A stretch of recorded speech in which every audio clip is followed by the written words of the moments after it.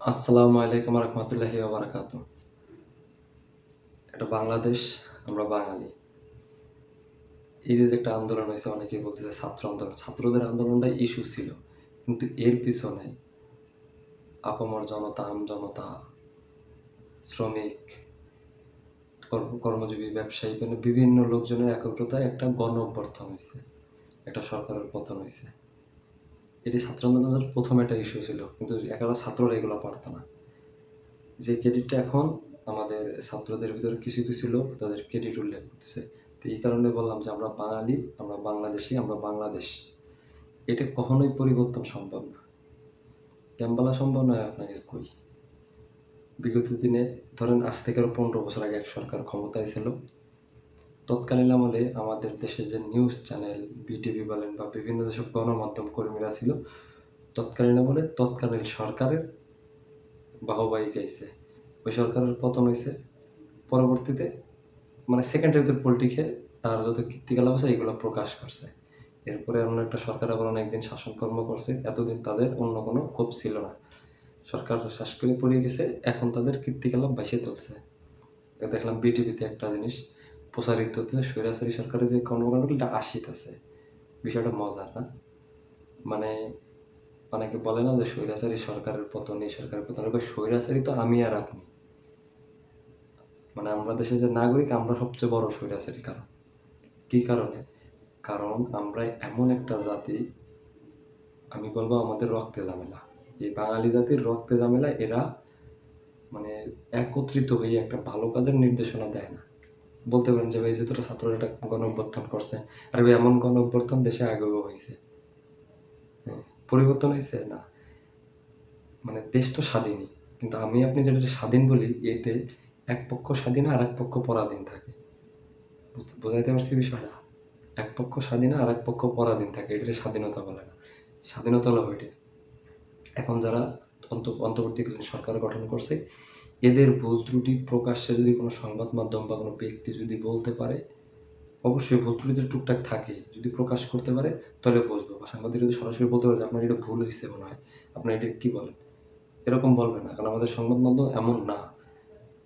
আমাদের সংবাদ মাধ্যম সবচেয়ে বড় স্বৈরাচারী এবং আমাদের জনগণের সবচেয়ে বড় স্বৈরাচারী। আমরাই সবচেয়ে বড় স্বৈরাচারী, কারণ আমরা যে দল ক্ষমতায় থাকে তারই বাহবা গায়। আর এই সুযোগটা ওইসব ক্ষমতায় যেসব নেতা বেতারা বা যেসব চাকরিজীবী বা বিভিন্ন উন্নয়নমূলক বা যেসব কর্মকাণ্ড বা যেসব কর্মজীবীরা থাকে, এরা এটার ফায়দাটা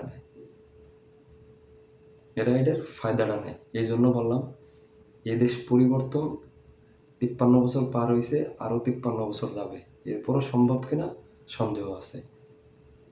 কারণ আমাদের বিগত দিনে স্বাধীনতার যুদ্ধ, 1971 সালে স্বাধীনতার যুদ্ধ তো এক পক্ষ দেশের টান ছিল, কিছু এক পক্ষ দেশের বাইরের টানটা ছিল, কিছু পক্ষ নিজেদের আত্মসাতের আশায় ছিল। এই যে যে সিস্টেমগুলো ছিল ওই তৎকালীন আমলে, তখন তো দেশ ভাগ হয়েছে। তো এর ভিতরে কিছু বংশ বিস্তার হয়েছে না, 1-4 হয়েছে, 1-10 হয়েছে না? তো তখন তো বংশ বিস্তার বেশি, দলের মানে সংখ্যাটা বেশি। তো এইগুলা এমনভাবে সম্মিলিত হয়েছে। কথা নেই, কথাগুলো অনেকের কাছে খারাপ লাগবে, কিন্তু একটু গভীরভাবে ভাইবে দেখেন, বিষয়টা এমনই। এই যে আপনি এখন বর্তমানে দেখতে পারতেছেন কোনো দল নাই এখন বলতে, অন্তর্বর্তীকালীন সরকার তো কোনো দল না, কিছু একটা সমন্বয় বা কোনো একটা লোকজন বা যারা দায়িত্ববান, যারা শিক্ষিত বা যারা জ্ঞানী, এমন কিছু লোকের বাছাইকৃত করে বসানো হয়েছে সাময়িক দেশ চালানোর জন্য।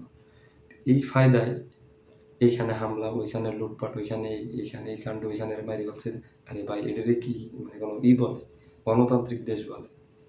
একজন ক্ষমতাতে পড়ে গেছে, সমস্যা নেই, তার উপর ক্ষোভ মেটানোর দরকার কি? তার আইনি ব্যবস্থায় নিয়ে নিন, তার বাইরে ফেলতো।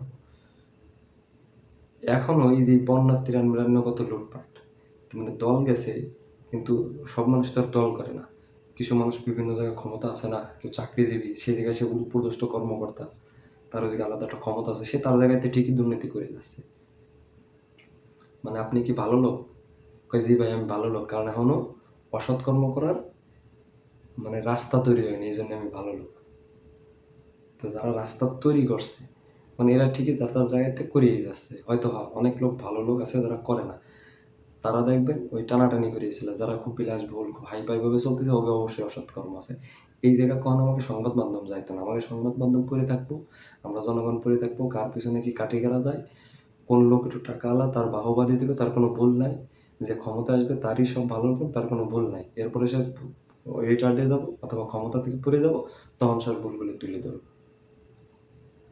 এটা পুরোনো আমল থেকে চলতেছে, এখনো চলতেছে, আগামীতেও চলতেছে, আগামীতেও চলবে। এই যে অন্তর্বর্তীকালীন সরকাররা আসছে, এরাও দেখবেন যদি দল গঠন যেহেতু করছে আরো 10-15 মাস আগে, যদি নির্বাচনে এরা জয়ী হয় তো আলহামদুলিল্লাহ। তখন তো এমনিতে আমাদের সংবাদমাধ্যম এদেরকে প্রচারণা করতেছে ভালোভাবে, কোনো খারাপ দিক নাই। এরপরে যদি এরা ক্ষমতা আসে আলহামদুলিল্লাহ, যদি ক্ষমতা না আসে আমার মনে হয় এরাও দেশে থাকবে না। হবে বলছি না, হইতেও পারে। আমার মনে হয় এরা দেশে থাকবে না, এরা এদের লাইন ধরে আবার ঠিকই বাইরে চলে যাবে, এরা এদের সেটেল হয়ে যাবে। কিন্তু এই যে যে আন্দোলনের মাধ্যমে ওরা যে নেতৃত্ব দিল এবং যতগুলো প্রাণ গেল, এগুলো কোনো খোঁজ থাকবে না। 24-এর স্বাধীনতা যে গণেন, এরকম স্বাধীনতা আগেও হয়েছে, কারণ আপনি একটা সরকার পতন করছেন, গণ অভ্যুত্থান করছেন। হ্যাঁ, এই যে সাধারণ মানুষ, আমরা তো আমজনতা, আমরা আবেগে সব কিছু করতেছি, কিন্তু এখন আবেগের ঠেলায় সব অনেক কিছুই ভুলিয়ে গেছি। এটাই, আমরা এই দেশ পরিবর্তন হইতে খুবই কষ্ট হবে, এবং এই দেশ পরিবর্তন করা এত সোজা না। আমি হইলে আমি, আপনি হবেন না, আপনি হইলে আমি হবো না, বুঝলেন? নাম বাঙায় খাইতে হবে, আমাকে স্বজন প্রীতি বেশি। এই জন্যই বললাম যে আমাদের এই দেশে মানে পরিবর্তনটা হইতে অনেক কষ্ট। পরিবর্তন যদি করতেই হয়, তাহলে পরিবর্তন আমার আপনার একদম ক্ষুদ্র জনগোষ্ঠী থেকে এবং সর্বস্তর পর্যায়ে সর্বজনগণের করতে হবে, সর্বত্র পর্যায়ে। তাহলে যদি পরিবর্তন ঘটে, ওই কয়েকজন সংখ্যাগরিষ্ঠ লোক এটা দল গঠন করছে তাদের উপর, এটা সম্ভব না। বরঞ্চ তারা 300-400 লোক, তাদের পিছনে এমনভাবে তাদের ভালো লাগা থাকতেই পারে, তাদের এমনভাবে আগ্রহ দেওয়া যাবে না যে তারা একটা ভুল করবে। আমাদের দেশে একটা জিনিস, যে ক্ষমতা আসে সে একবার আল্লাহর ওলি হয়ে যাবেন, তার কোনো ভুল নাই। এই জিনিসটা দূর করে ফেলতে হবে। আপনার নেতা, আপনি যারা নেতা মানেন তারও ভুল থাকতে হবে, তার ভুল না ধরাই দিতে পারলে আপনি সে নেতা না, আর আপনি তার সাপোর্টার না। যদি এটা করতে পারি সর্বস্তর জনগণে, তাহলে আমরা দেশকে পরিবর্তন করতে পারবো, নাহলে দেশ পরিবর্তন হইতো না।